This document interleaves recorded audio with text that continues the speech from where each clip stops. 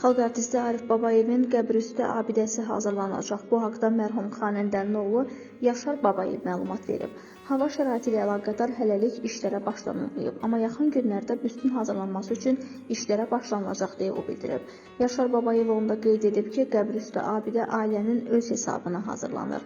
Xatırladaq ki, Arif Babayev uzun sürən xəstəlikdən sonra avqustun 1-də vəfat edib.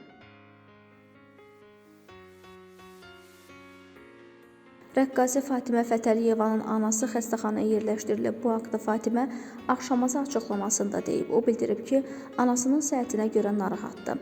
Neçə vaxtı yaxşı deyil. Klinikaya yerləşdirdi. Şükür ki, bütün analizlər yaxşı oldu. 77 yaşı var. Panik atakları olur. İndi evə gətirmişik. İstəyirəm onu 10 günlük sağlamlıq mərkəzlərindən birinə göndərim.